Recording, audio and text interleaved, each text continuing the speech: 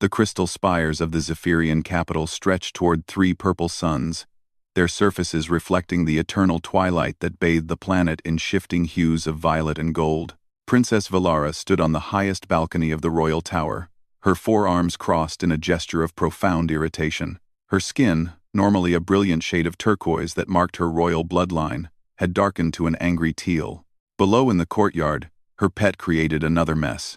The creature the humans called a lion prowled restlessly around the decorative fountain, its golden mane catching the alien sunlight. To Valara, it was simply another exotic trophy from a conquered world. Earth had fallen to the Zephyrian Empire 3 cycles ago, and she had claimed this beast as a symbol of victory. The locals had called it Rex before their world burned. "Your Highness," came a melodic voice from behind her. Advisor Quintus approached with careful steps, his own skin a more modest shade of green that marked his lower caste. "The creature has damaged another garden sculpture." Valara's eyes, large and multifaceted like cut gems, narrowed as she watched Rex pace below. The lion had grown larger since his capture, his muscles more defined. Where once he had been a frightened cub cowering in the ruins of some human settlement, he was now a magnificent predator in his prime. The problem was that magnificence came with independence. "It refuses to obey," Valara said, her voice carrying the harmonic undertones that made Zephyrian speech sound like singing to most species. "When I acquired it, the creature was docile, broken. Now it acts as if it owns my palace." Quintus nodded sympathetically. The truth was more complex than the princess cared to acknowledge. Rex had never been truly broken, merely traumatized. As he healed from the wounds of Earth's conquest, both physical and psychological, his natural spirit had returned. Lions were apex predators, and Rex was remembering what that meant. The incident 3 days ago had been the final straw. Rex had somehow escaped his enclosure during a state dinner honoring the Caltharian ambassador. The lion had stalked into the dining hall, his presence sending panic through the assembled dignitaries. While no one had been harmed, the embarrassment to the royal house had been significant. "Perhaps it's time to consider alternatives, Your Highness," Quintus suggested carefully. "The creature could be relocated to the Wilderness Preserve on Kepler 7, or perhaps donated to the Imperial Zoo on the homeworld." Valara's skin shifted to an even darker shade. Alternatives among the Zephyrian nobility often meant execution, though Quintus was too polite to suggest it directly. The princess had grown bored with Rex anyway. He no longer performed tricks for visiting dignitaries or posed prettily beside her throne. Instead, he had become a reminder of her inability to completely dominate a creature from a supposedly inferior species. "No," she said finally. "I have a better idea." The plan that formed in Valara's mind was cruel in its simplicity. Tomorrow, the royal court would travel to the water moon of Aquatica for the annual submersion festival. The ceremonial crossing of the deep water channels was a tradition stretching back millennia, where the noble families would demonstrate their mastery over the ocean depths using their natural Zephyrian ability to breathe underwater. Rex, being a land creature from Earth, had no such ability. "We will take the creature with us to Aquatica," Valara announced. "During the crossing, it will unfortunately fall overboard. A tragic accident. Even the most magnificent predator cannot survive in the endless depths of an alien ocean." Quintus felt a chill run through his body, though he dared not show it. "Your Highness, surely there are less public ways to address the situation? But you see, that's the beauty of it." Valara's skin began to brighten with excitement. "Everyone will witness how even Earth's apex predator is helpless against our environment. It will reinforce our superiority over the human animals we conquered." The next morning, Rex found himself loaded into a transport cage alongside the royal luggage. He had grown to hate these journeys, the close confinement, and the strange smells of alien worlds. But there was something different this time. The princess's scent carried undertones of anticipation that made his instincts scream warnings. The flight to Aquatica took 6 hours through hyperspace. Rex dozed fitfully, his dreams filled with memories of Earth. Sometimes he remembered running through tall grass under a yellow sun. Other times, he recalled the face of a young human girl who had fed him scraps from her family's table before the bombing began. Those memories always ended the same way, with fire and smoke and the smell of death. Aquatica was a moon covered entirely by ocean, its surface broken only by floating cities that rode the endless waves like great ships. The Zephyrian court took up residence in the most luxurious of these floating palaces, a structure of living coral that had been shaped by generations of royal architects. Rex's cage was placed on the deck of the ceremonial barge that would carry the royal family across the deep-water channels. The channels were notorious for their depth and the creatures that lived in their abyssal darkness. Even the Zephyrians, masters of aquatic environments, treated them with respect. As the ceremony began, Rex watched through the bars of his cage as hundreds of Zephyrian nobles prepared for the crossing. Their gills, normally sealed shut on land, began to flutter open. Their skin took on a more vivid sheen as their bodies prepared for underwater breathing. It was a magnificent display of evolutionary adaptation. Princess Valara approached his cage wearing ceremonial robes that seemed to float around her like liquid starlight. Her skin had returned to its normal turquoise, and her forearms moved in ritual gestures as she prepared for the sacred crossing. "Goodbye, beast of earth," she whispered so quietly that only Rex could hear. "May you find the depths as unwelcoming as your species found our conquest." The barge began to move, guided by Zephyrian pilots who swam alongside it like dolphins guiding a ship. The water here was deeper than any ocean on Earth, its color a blue so dark it was almost black. Strange bioluminescent creatures moved in the depths, their lights flickering like alien stars. Halfway across the channels, Valara gave a subtle signal to her guards. They approached Rex's cage with casual indifference, as if they were simply checking the locks. Instead, they began to work at the restraints that held the cage to the deck. Rex sensed the danger immediately. His nostrils flared as he caught the scent of deception and malice. The guards' movements were too deliberate, too careful. They were preparing something terrible. The first guard released the primary anchor point. The cage shifted slightly on the deck, and Rex felt his stomach lurch. The second guard moved to the backup restraints, his four hands working quickly to unfasten them. "It appears the creature's transport was not properly secured," Valara announced loudly enough for the other nobles to hear. How unfortunate that such an oversight was discovered during the sacred crossing. As the final restraint was released, a wave larger than the others struck the barge. The cage slid across the wet deck, gaining momentum as it approached the edge. Rex roared in terror and fury, his claws scraping uselessly against the metal bars. "Look how the earth beast cries," one of the nobles observed with amusement. "It knows its fate. Such is the destiny of all inferior creatures," Valara replied, her voice carrying across the water. "They may rage against their betters, but in the end, they are swept away by forces beyond their understanding." The cage reached the edge of the deck and tipped over into the dark water with a tremendous splash.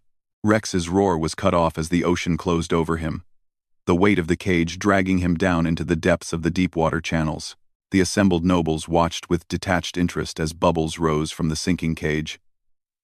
Some made comments about the earth creature's final struggle. Others discussed the theological implications of the moment, debating whether inferior species possessed souls that could suffer in the afterlife. Princess Valara felt a deep satisfaction as she watched the last bubbles fade from view.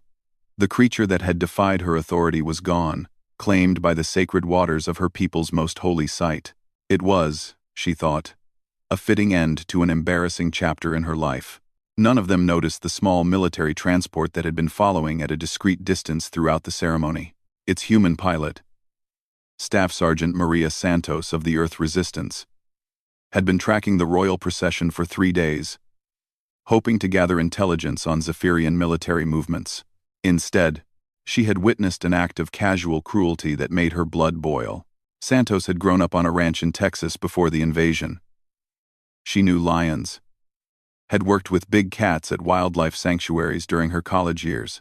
The creature she had just seen cast into the ocean wasn't just some alien's pet toy. It was a magnificent predator, a symbol of Earth's wild heritage, and now it was drowning in an alien sea while its captors watched for entertainment. The transport's sensors detected the sinking cage approximately 200 meters below the surface and descending rapidly. At that depth, a human couldn't survive without environmental support, But Santos had military-grade diving equipment aboard her ship. She made a decision that would echo across the galaxy. "Computer, prepare emergency dive protocol," she commanded, her hands already moving across the control panels. "Full environmental seal. Maximum descent rate. Warning." The ship's AI responded in its calm, synthetic voice. "Diving to specified depth will expose this vessel to detection by Zephyrian sensors. Mission parameters recommend maintaining safe distance from royal procession." "Mission parameters can go to hell," Santos muttered as she sealed her diving suit. "Lock onto that cage and get me down there fast." Quote, the transport dove toward the ocean surface like a missile, its hull reconfiguring for underwater operation. Within seconds, it had disappeared beneath the waves, following the sinking cage toward the bottom of the deep-water channels. Above them, the Zephyrian ceremony continued. Princess Valara had already moved on to other concerns, discussing trade negotiations with a visiting dignitary. The death of one Earth creature was already forgotten, filed away as a minor footnote in a day otherwise filled with more important matters. But in the dark depths below, something extraordinary was about to happen. Something that would challenge everything the Zephyrian Empire believed about the conquered species they called humans. Something that would demonstrate why Earth had never truly been defeated, only temporarily occupied. The cage struck the bottom of the channel in a cloud of disturbed sediment, and Rex's struggle for survival began in earnest. The transport's hull groaned under the pressure as Staff Sergeant Maria Santos descended through the crushing depths of the deep-water channels. Her instruments showed external pressure readings that would have imploded an unprotected human in milliseconds. But the military-grade vessel held firm.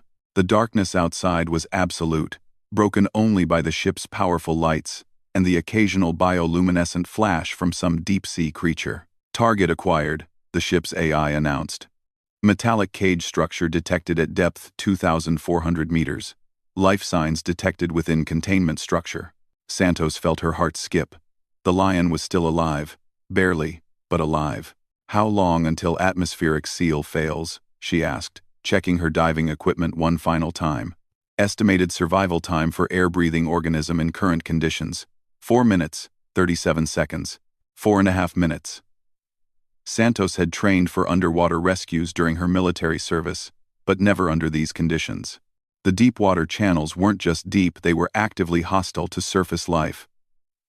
The water itself contained microscopic organisms that could dissolve organic matter within hours. The pressure could crush bones like twigs, and somewhere in these depths lurked creatures that the Zephyrians themselves feared. "Beginning descent," she announced to no one in particular. The resistance cell she belonged to wouldn't expect her report for another 6 hours. By then, this would all be over, one way or another. The transport's manipulator arms extended as they approached the cage. Through the murky water, Santos could see Rex pressed against the bars, his powerful lungs working desperately to extract the last oxygen from his rapidly diminishing air supply. His golden eyes, visible in the ship's lights, showed no panic, only a fierce determination to live that reminded Santos why lions were called the kings of beasts. "Easy, boy," she whispered, knowing he couldn't hear her. "Help is coming." The transport's first attempt to lift the cage failed. The metal had been designed to contain a dangerous predator, not to serve as a lifting point under crushing ocean pressure. The joints that held it together were strong, but the attachment points for the transport's arms were insufficient. Santos cursed in 3 languages, including one she'd learned from captured Zephyrian soldiers. 3 minutes remaining. Alternative approach required, the AI suggested with mechanical calm. Direct extraction of organism from containment structure. "Gone." "The cage locks are electronic," Santos replied, studying the readings. "I'd need to physically access the release mechanism." Warning: external pressure suit operation at current depth exceeds safety parameters by 400%. Probability of survival. Unquote. "I don't want to hear probabilities." Santos cut the AI off. She was already sealing her helmet and checking the pressure readings on her advanced diving suit. The military gear was designed to handle extreme conditions, But the designers had probably never imagined anything like this. The airlock cycled, and Santos stepped out into the crushing darkness of the alien ocean. The first thing that hit her was the silence. Not the peaceful quiet of a normal underwater environment, but a profound, oppressive silence that seemed to absorb sound itself. Her suit's systems hummed quietly, the only proof that the universe beyond this dark water still existed. The second thing was the cold. Even through the suit's thermal regulation, she could feel the bone-deep chill of water that had never known sunlight. This wasn't just an ocean, it was an abyss, a place where life survived only by adapting to conditions that would kill everything else. Rex saw her coming. His eyes widened as the strange, bulky figure approached his cage with deliberate movements. He had never seen a creature like this before, something that moved with the confidence of a predator but showed no aggression. The scent was wrong too, filtered through the cage's failing air supply. It smelled like home. Santos reached the cage with 90 seconds to spare. Her gloved hands found the electronic lock mechanism, a complex Zephyrian design that used biometric sensors to prevent unauthorized access. Under normal circumstances, it would have been impossible to bypass without the princess's personal code. But these weren't normal circumstances. The crushing pressure that threatened to kill them both was also working in their favor. The lock's delicate sensors had been damaged by the rapid pressure change, leaving the mechanism in a semi-active state. Santos pulled out a military-grade plasma cutter and went to work. The first cut sent sparks flying through the water, creating a brief light show that attracted curious deep-sea creatures from the surrounding darkness. Santos ignored them, focusing entirely on the lock mechanism. 60 seconds. The second cut severed the main power coupling. The cage's electronic systems flickered and died, but the mechanical locks remained engaged. Santos switched to a different approach, using the plasma cutter to weaken the metal bars themselves. 30 seconds. Rex had stopped struggling. He lay pressed against the floor of the cage, his breathing shallow and rapid. His eyes remained fixed on the strange rescuer who worked desperately to free him. Something in those eyes reminded Santos of her childhood dog, a German shepherd who had trusted her completely even when she made mistakes. 15 seconds. The bar gave way with a sharp crack that echoed through the water. Santos grabbed Rex around his massive torso and pulled him through the opening just as his air supply finally failed. The lion's body went limp in her arms, unconscious but still alive. The swim back to the transport felt like hours but took less than a minute. Santos's suit registered multiple proximity alarms as things moved in the darkness around them, the denizens of the deep, taking interest in these unusual visitors to their realm. She ignored them all, focused entirely on reaching the airlock before Rex's oxygen-starved brain suffered permanent damage. The transport's medical bay was basic, designed for treating human injuries rather than reviving alien megafauna. But Santos had grown up around animals, and the fundamentals were the same across species. Rex needed oxygen, warmth, and time. She worked for 20 minutes, performing artificial respiration and monitoring his vital signs with whatever equipment she had available. Just when she was beginning to think she had been too late, Rex's eyes fluttered open. The lion found himself in a small, metal room filled with strange smells and sounds. The crushing pressure was gone, replaced by breathable air and blessed warmth. The creature that had rescued him sat nearby, its face now visible through a transparent barrier. It was like nothing he had ever seen, but the scent was unmistakably familiar. Human. Rex lifted his head, studying his rescuer with new interest. This wasn't one of the humans from his memories of Earth. Those had been civilians, soft and frightened. This one carried itself like a predator, with confidence and controlled power. Its eyes showed intelligence and something Rex recognized from his pride back on Earth. Protective instinct. Santos slowly removed her helmet, revealing her face. She was a woman in her early 30s, with dark skin and graying hair that spoke of years spent in dangerous places. Her eyes were kind but alert, the eyes of someone who had seen too much but refused to become cynical. "Hey there, big guy," she said softly, keeping her movements slow and non-threatening. "You gave me quite a scare down there." Rex tilted his head at the sound of her voice. The language was different from what he remembered from Earth, but the tone was unmistakably gentle. This human wasn't afraid of him. More surprisingly, it didn't seem to want to control him either. Santos reached into her emergency supplies and pulled out a ration pack. Military food wasn't exactly gourmet cuisine, but it contained real meat proteins that a carnivore could digest. She opened the pack and offered it to Rex, keeping her distance in case his predatory instincts kicked in. Rex sniffed the offering carefully. It didn't smell like the processed feed the Zephyrians had given him. This smelled like real food.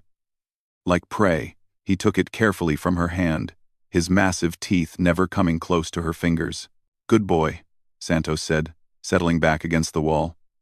"I bet you're wondering what happens next." The truth was, Santos didn't know either. Her mission had been reconnaissance, not rescue operations. She was supposed to gather intelligence on Zephyrian fleet movements and report back to the resistance cell, hidden in the asteroid belt, around Proxima Centauri. Instead, she had just committed an act that could be considered everything from theft to terrorism, depending on how the Zephyrian Empire chose to interpret it. But looking at Rex, she couldn't bring herself to regret the decision. The lion had been thrown away like garbage by creatures who saw him as nothing more than an entertainment device. They had tried to murder him for their own amusement, and they had done it in the cruelest way possible. That wasn't just evil, it was wasteful. And if there was one thing Maria Santos couldn't stand, it was waste. "Computer," she called out. "Set course for rendezvous point Alpha 7. Maximum stealth protocols. Warning," the AI responded. "Deviation from mission parameters will result in delayed arrival at primary objective. Resistance Command expects." "Resistance Command can expect me when they see me," Santos interrupted. "Right now, I've got a passenger to worry about." Over the next several hours, as the transport made its way through hyperspace toward the rendezvous point, Santos and Rex began to establish a tentative relationship. The lion was clearly intelligent, responding to vocal cues and showing remarkable restraint for a predator who could have easily overpowered his rescuer. Santos shared her rations and told Rex stories about Earth, about the wildlife preserves she had visited and the lions she had known. She didn't know if he understood the words, but he seemed to respond to the sound of her voice, his massive frame gradually relaxing as he realized he was safe. For his part, Rex was experiencing something he hadn't felt since his capture. Respect. The human didn't try to dominate him or force him to perform tricks. She didn't chain him or lock him in a cage. Instead, she treated him as an equal, a fellow traveler sharing the journey home. The word surprised him when it formed in his mind. Home. He had thought that concept lost forever when Earth fell to the Zephyrian invasion. But sitting in this small ship with this unlikely human companion, Rex began to understand that home wasn't necessarily a place. Sometimes it was a person willing to risk everything to save a life. The transport's sensors detected 3 Zephyrian patrol ships during the journey, but the military-grade stealth systems kept them hidden. Santos monitored the communications channels, listening to reports from Princess Valara's ceremonial barge. The official story was that a valuable Earth specimen had been accidentally lost during the crossing. A tragic but unavoidable incident. No mention was made of theft or resistance activity.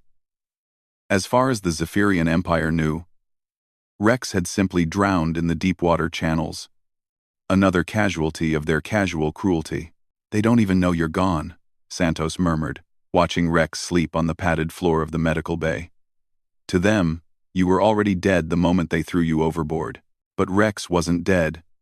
If anything, he seemed more alive than he had during his captivity.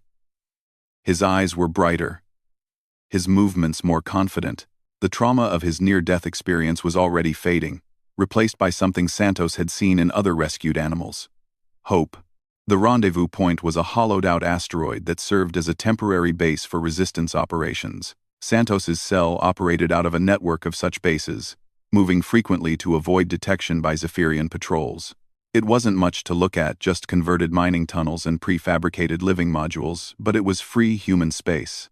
As the transport approached the docking bay, Santos felt a moment of uncertainty. She had left on a simple reconnaissance mission and was returning with a 400-pound African lion. Her commanding officer was going to have questions. "Okay, Rex," she said, checking her gear one final time. "Time to meet the family." Try to make a good first impression. Rex stood and stretched, his powerful muscles rippling under his golden coat. He looked at Santos with an expression that might have been amusement, as if he understood the absurdity of their situation. Together, they walked toward the airlock and whatever came next. Behind them, the darkness of space stretched endlessly, filled with Zephyrian ships and conquered worlds. But ahead lay the promise of something better. A place where neither of them would ever be thrown away again. The asteroid base's artificial gravity engaged as they docked, and Rex felt his paws touch solid ground for the first time in days. The air smelled of humans and metal and hope. He followed Santos through the corridors, drawing stares from the resistance fighters they passed. None of them seemed afraid. If anything, they looked impressed. Earth's greatest predator walking free beside one of their own was a powerful symbol. Even if they didn't fully understand its significance yet, Santos led Rex to the mess hall, where the day shift was gathering for the evening meal. Conversations stopped as they entered, dozens of human eyes taking in the magnificent creature that padded silently beside their comrade. "Well," said a voice from the back of the room, "this should be interesting." Commander Jake Harrison had seen many strange things during his 15 years leading the Proxima Resistance Cell. But a fully grown African lion calmly eating military rations in his mess hall was definitely a first. He studied the magnificent creature from across the room, noting how it stayed close to Staff Sergeant Santos while maintaining an alert awareness of everyone around it. "Let me get this straight," Harrison said, settling into the chair across from Santos. "You went out to gather intelligence on Zephyrian fleet movements and came back with Simba. His name is Rex," Santos replied, scratching behind the lion's ears. Rex leaned into the contact, a low rumble of contentment emerging from his massive chest. "And they were going to kill him for entertainment. I couldn't just watch that happen." Harrison nodded slowly. He was a practical man, forced by necessity to make hard choices about resource allocation and mission priorities. But he was also human, and the thought of an alien princess casually murdering Earth's most iconic predator for sport made his blood boil. "The question is what we do with him now," Harrison continued. "This isn't exactly a wildlife preserve, Maria. We're running military operations out of converted mining tunnels." Rex lifted his head at the sound of discussion, his golden eyes moving between the two humans. He didn't understand their words, but he recognized the tones. These were pack leaders discussing his fate, just as his pride's alphas had once debated territory and hunting strategies back on Earth. The difference was respect. These humans spoke about him as if his opinion mattered, not as if he were property to be disposed of. Dr. Sarah Chen, the base's chief scientist and xenobiologist, approached the table with a tablet full of data. She had been observing Rex for the past hour, fascinated by what she was seeing. "Commander, this is extraordinary," she said, settling into an empty chair. "Rex here isn't just surviving in our environment, he's thriving. Look at these readings." She showed them thermal scans and behavioral analysis data that painted a picture of remarkable adaptation. Rex's stress indicators were lower than they had been during his captivity with the Zephyrians. His muscle tone was improving. Most remarkably, his brain activity showed patterns consistent with active problem-solving and learning. "He's not just a displaced animal," Dr. Chen explained. "He's actively adapting to life with humans again. Watch this. He's not just a displaced animal. Watch this." She pointed to her tablet, where a video showed Rex carefully navigating the narrow corridors of the asteroid base. Instead of forcing his way through spaces barely wide enough for his massive frame, he had learned to move with deliberate precision, avoiding equipment and personnel with the grace of a creature half his size. "That's learned behavior, Doctor," Chen continued.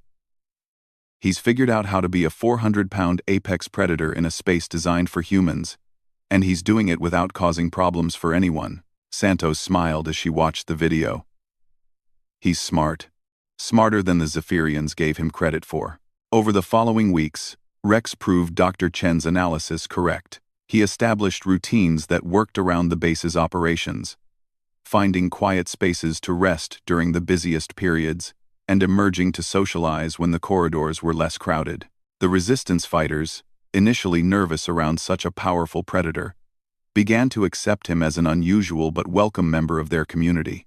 Rex seemed to understand that these humans were different from his Zephyrian captors. They moved with purpose, rather than arrogance. They worked together instead of commanding from positions of superiority. Most importantly, they treated him as Rex the lion, not as a symbol of their dominance over a conquered species. Lieutenant Tom Rodriguez was the first to discover Rex's intelligence extended beyond simple adaptation. Rodriguez had been working late in the communications center, monitoring Zephyrian fleet movements, when he heard a soft padding in the corridor. Rex appeared in the doorway, his golden eyes reflecting the blue glow of the monitor screens. "Hey there, big guy," Rodriguez said softly. "Can't sleep either?" Rex padded into the room and settled beside the communications console, his massive head resting on his paws. He seemed content to simply be near another wakeful creature during the quiet hours of the night cycle. Rodriguez returned to his work, tracking the movement patterns of Zephyrian patrol ships through the sector. It was detailed, tedious work that required cross-referencing multiple data streams and looking for patterns that might reveal enemy intentions. After an hour, he noticed Rex watching the screens with apparent interest. The lion's eyes moved as data scrolled past, almost as if he were following the information flow. "You see something I'm missing, boy?" Rodriguez asked jokingly. Rex lifted his head and looked at Rodriguez, then back at the screens. He made a low sound that wasn't quite a growl, more like a questioning rumble.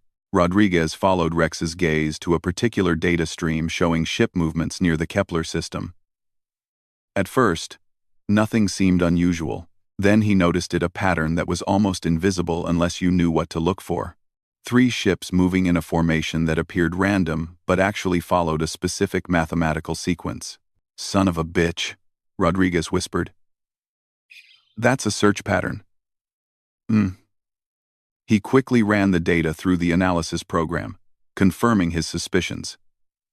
The Zephyrians weren't just patrolling, they were looking for something specific in the Kepler system, possibly the resistance base that had been compromised 2 weeks earlier. Rodriguez looked down at Rex, who was watching him with what appeared to be satisfaction. "Did you just help me crack their search pattern?" Rex's response was a gentle chuff that sounded remarkably like amusement. The incident became the first of many that established Rex as more than just the base mascot. He had an uncanny ability to notice patterns that humans missed, whether in data streams, patrol schedules, or behavioral changes among the base personnel. Dr. Chen theorized that his predator instincts, honed by millions of years of evolution, gave him insights that even advanced technology couldn't replicate. Santos found herself spending more and more time with Rex, and not just because she felt responsible for rescuing him. The lion had become her anchor in a world gone mad. A reminder that some things were worth protecting regardless of the cost. She would tell him stories about Earth as they walked through the asteroid's converted mining tunnels, stories about African savannas and the Great Migrations, about prides of lions ruling vast territories under endless skies. Rex would listen intently, his golden eyes reflecting understanding that went beyond simple animal comprehension. "You miss it, don't you?" Santos said one evening as they sat in the observation lounge, watching stars wheel past the viewport. The wide spaces, the freedom to run. Rex padded over and rested his massive head on her lap, a gesture of affection that still amazed everyone who witnessed it. A creature capable of killing humans with casual ease had chosen instead to offer comfort and companionship. 3 months after the rescue, everything changed. The Zephyrian Empire had discovered the location of Resistance Base Echo, a major operational center in the Rigel system. The attack came without warning, overwhelming the base's defenses and capturing most of the personnel before they could evacuate. Among the prisoners was Colonel Anderson, the regional commander who knew the locations of dozens of resistance cells across 3 sectors. Harrison received the news during the morning briefing, his face grim as he absorbed the implications. Without Colonel Anderson's knowledge, the Zephyrians could roll up the entire resistance network in a matter of weeks. "We have to get him back," Santos said simply. "Whatever it takes." "With what?" Harrison replied. "We've got 12 fighters, 2 transport ships, and a lion. They've got him on Fortress Station Epsilon, the most heavily defended installation in the sector." Rex, who had been resting in the corner of the briefing room, lifted his head at the change in tone. The human scent patterns had shifted, carrying the sharp tang of fear and anger that he associated with preparation for battle. Dr. Chen pulled up the station schematics on the main display. Fortress Station Epsilon was a massive structure, built into a captured asteroid and bristling with defensive systems. Its holding cells were designed to contain prisoners from dozens of different species, including humans who had proven troublesome to the Zephyrian Empire. "It's suicide," Lieutenant Rodriguez said, studying the defensive layouts. "Even if we could get past their patrol fleet, the station itself is impregnable." "Not impregnable," Santos said quietly. "Just heavily defended against conventional attacks." She was staring at Rex, who had padded over to examine the display with apparent interest. The lion studied the station's schematic with the same focused attention he had given the patrol patterns weeks earlier. "Maria," Harrison said slowly, "please tell me you're not thinking what I think you're thinking." "The station's life support systems are designed for Zephyrian physiology," Santos explained, her mind racing through possibilities. "They breathe a different atmospheric mix, prefer different temperatures. The environmental controls are centralized to maximize efficiency. So they probably never considered what would happen if something got into those systems. Something that doesn't show up on their biological scanners because it's not in their threat database." Dr. Chen caught on first. "The maintenance shafts. They're too small for Zephyrian adults, so they rely on automated systems for routine maintenance. But they'd be perfect for Earth's apex predator," Santos finished. "Rex doesn't register as a threat on their systems because he's supposed to be extinct. They killed his entire species when they conquered Earth." Harrison looked from Santos to Rex and back again. "You want to send a lion to rescue our commanding officer from the most secure prison in the sector. I want to send the smartest, most capable predator in known space to do what predators do best," Santos corrected. "Hunt." The plan that emerged over the following days was audacious in its simplicity. Santos would pilot a stealth transport to Fortress Station Epsilon, disguised as a routine supply run. Rex would be hidden in a specially modified cargo container designed to mask his biological signature. Once aboard the station, he would use the maintenance shaft network to reach the detention level and locate Colonel Anderson. The rescue itself would depend on Rex's intelligence and training. Santos spent hours teaching him to recognize Anderson's scent from personal items, showing him station layouts, and practicing silent movement techniques. Rex proved to be an extraordinarily quick learner, grasping complex concepts that should have been beyond any animal's comprehension. "He understands the mission," Dr. Chen observed after watching one of their training sessions. "Not just the commands, but the actual objective. He knows we're trying to rescue someone," Santos nodded. "He understands more than we give him credit for.